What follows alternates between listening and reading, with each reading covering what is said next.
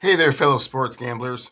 It's Steel Picks for you with the 5 best NBA prize picks and underdog free picks for today, March 28th. Before we get into today's picks, let's do a quick recap of what happened to us yesterday. Definitely was a horrible day for us on the sports book. The kids were either using my picks as bulletin board material or false bravado to pump themselves up and not get to anywhere near where we needed them to be. So, unfortunate what happened, but let's go over them real quick. Cameron Boozer waited until 1.5 seconds left to hit 2 free throws, scoring 22 points, a half point more than we needed from him. Zuby Ejiofor had a nice all-around game with 17 points, 8 rebounds, and 6 assists, but only 1 block, well below the 2.5 blocks we needed from him. Jeremy Fears Jr. did little or nothing for us, going 5 for 15 from the field, scoring 13 points, 3 rebounds, and 7 assists, well under the 27 points, rebounds, and assists we needed from him. Solo Ball decided to get involved, scoring 12 points in UConn's victory over Michigan State, exceeding the 9.5 points we predicted. And last but not least, LeBaron Philon Jr. lit the place on fire, scoring 35 points and adding 7 rebounds and 4 assists, crushing the under 33.5 points, rebounds, and assists threshold. 0 for 5 for the day. The sportsbooks gods made their point. Never get too overconfident in this business and rely on stats and analytics more times than not. So it's time to dust ourselves off and get things started with a fresh start. Today we have some pretty good picks. First off is Tyrese Maxey over 11.5 points against Charlotte in the first half. Tyrese Maxey is coming off injury and is chomping at the bit to get back at it. But before he got hurt, let's see what he was doing. He was averaging well over the 11.5 first half points, going 20 against Miami, 13 against Boston, 15 against San Antonio, 14 against Utah, and 22 against Atlanta. And in his last 10, 100% of the time, he's been over that 11.5 first half point threshold. Definitely looking for him to get back into action, get back into the swing of things. His minutes should be up. He should be fresh and rested. So we're looking at some big production from him today. And in general, the Charlotte Hornets have not really been all that great against point guards, so he should have a great day. PrizePicks also agrees with us as they have him at minus 119. Next up is Naz Reid under 23.5 points, rebounds, and assists against the Detroit Pistons. And as we can see, Naz has really not been able to do a whole lot production-wise as of late. He's missed this number in 4 of his last 5 games. The only game he was able to do that was an overtime game against the Rockets, so the extra 5 minutes certainly helped in that production standpoint. And as you can see in the last 10 games, again, that was the only game that he was able to go over that 23.5 points, rebounds, and assists. He's also playing a great, stellar defensive team in the Detroit Pistons, who are allowing only 108 points for an entire game. Rebounds allowed, they're very low. Assists allowed, they're very low. In their matchup against centers, again, 2, 5, and 2, very, very low. This is a great pick. Naz Reid does not have a whole lot of arsenal in his offensive repertoire, and he's failed to exceed 23.5 points, rebounds, assists in 12 of his last. The Detroit Pistons do a great job of defense. He doesn't take a whole lot of field goal attempts. His three-pointers are not great. His free throw accuracy is not bad, but he doesn't really take a whole lot of attempts. So like him to go under the 23.5 points, rebounds, and assists. PrizePicks agrees with us as they have him at minus 119. Next up is Jalen Johnson over 1.5 3-pointers against the Sacramento Kings. Jalen's been able to do at least 2 3-pointers in 4 of his last 5 games and 5 against Boston just last night. And in his last 10, he's only missed that number once. That was early in March against Milwaukee.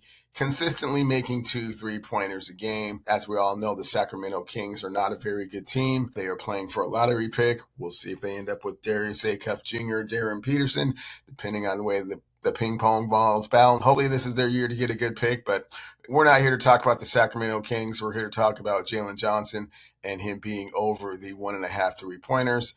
As you can see, they're not very good against three-pointers allowed. And against small forwards, they're middle of the road. They're neutral. But overall, in general, Sacramento Kings are not a very good team, and Jalen Johnson should be able to have his way. He's playing a consistent 36.5 minutes, averaging 2.5 3-pointers made, attempting at least 6 a game. And Jalen's been able to exceed the 1.5 3-pointers in 9 straight games. As you can see, the Sacramento Kings have allowed the small forward to go over 1.5 3-pointers in 5 of their last 7 games. So this is a really good pick for us. And as a friendly reminder, when you sign up with BETR using my promo code WINCASH, you'll receive 2 anytime tokens worth up to $100 each. And when you sign up to Novig using my STEELEWINS promo code and spend $5, you'll get $50 bonus cash to use. Next up for us is Coby White over 21.5 points, rebounds, and assists.